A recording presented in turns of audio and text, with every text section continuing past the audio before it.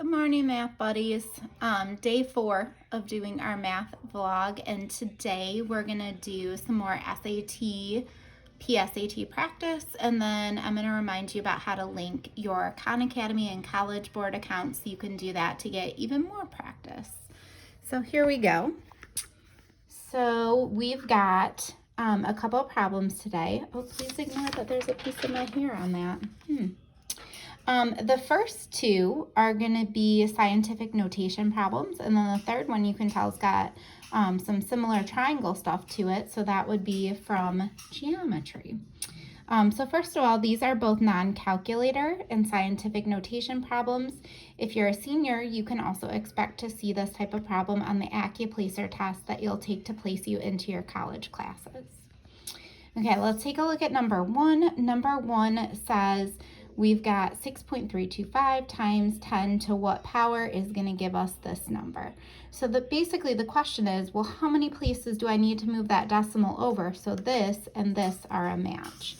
So I'm going to rewrite this decimal. So 6.325, and I want to figure out how many places I need to move it over. So I'm going to start by moving it 1, 2, 3 places. And then I need to see, okay, I've got 3 zeros. So 1, 2, 3, 4, 5, 6.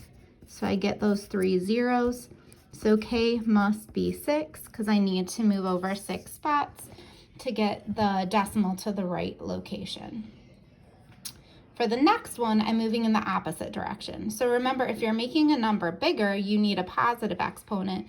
To make a number smaller into a decimal, then you need a negative exponent. So I'm going to rewrite my 4.31, and I'm going to try to make it look like this number. So I need to move the decimal around the 4, so that's one spot. And then I need 1, 2, 3 zeros in front of it. So 1, 2, 3, and here's my decimal. So now these are a match, 3 zeros and 4, 3, 1. Okay, so how many places did I end up moving it? 1, 2, 3, 4. And so this is K equals -4. And -4 again because I needed to make the number smaller and I needed to move the decimal 4 places. Okay, similar triangles. These are similar triangles because we have an angle-angle theorem. So we've got a right angle. You should be standing at a right angle to the ground unless you're kind of like doing a weird lean. So this person is standing here at a right angle. This tree, hopefully also at a right angle. And then the other angle they share is this angle right here. So I've got a similar triangle right here, this little baby triangle. And then I've got the large triangle, which is the entire triangle. So those are similar. Here's my story problem. A 6-foot tall person casts a 9-foot shadow. So here's the person and the shadow. A 10-foot tree exists off in the distance. How far is the person from the tree? So I'm going to set up a ratio problem. So I'm going to say 6 is to 10. So let me write that. So 6 is to 10. So I went small baby triangle to big triangle. And I'm going to do this entire distance. I'm going to call this entire distance y.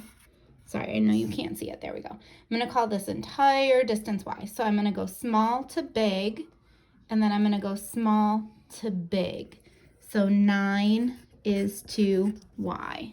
So again, similar triangles. So I set up a ratio, small to big.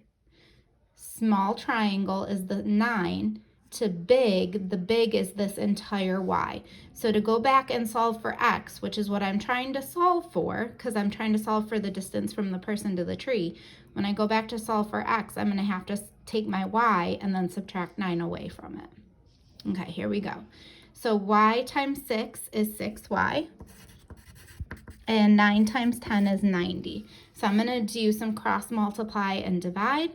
So again, I did 6 times y is 6y, 9 times 10 is my 90, and then I'm going to divide each side by 6.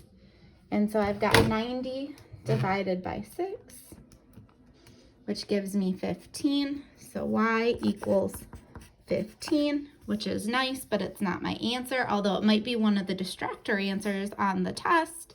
I've got to then go back and say, okay, if this whole distance was 15, Then I'm going to go backwards and say, okay, 15 minus the 9 leaves me with 4. So obviously my picture is not drawn to scale because that does not look like 4 if this is 9. So there's that. But anyways, this should be 4. No, it shouldn't.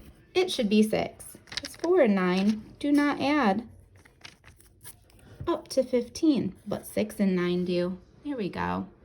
So that should be a 6. So 6 and 9 add to 15, so this X value should be 6, and that'd be the answer you look for on your sheet. Last but not least, linking your Khan Academy and your College Board account. Make sure you link them and log into both with your Hazlet email. Khan Academy, I've got it pulled up on my computer right now. This is actually where you're going to link from. So you're going to have to log in. If you don't know your login information, you're going to have to search it and have it sent to you. And then after you do that and have it sent to you, you can log in and you can hit practice. And when you hit practice, you can go through and it'll say link your College Board account, and it'll kind of walk you through the process. If you have any questions, you can send me an email or a message on the Remind app, and I can help you out remotely with how to do that. But you can get even more practice for the SAT and the PSAT that way. Hope you guys are having a good day. Bye.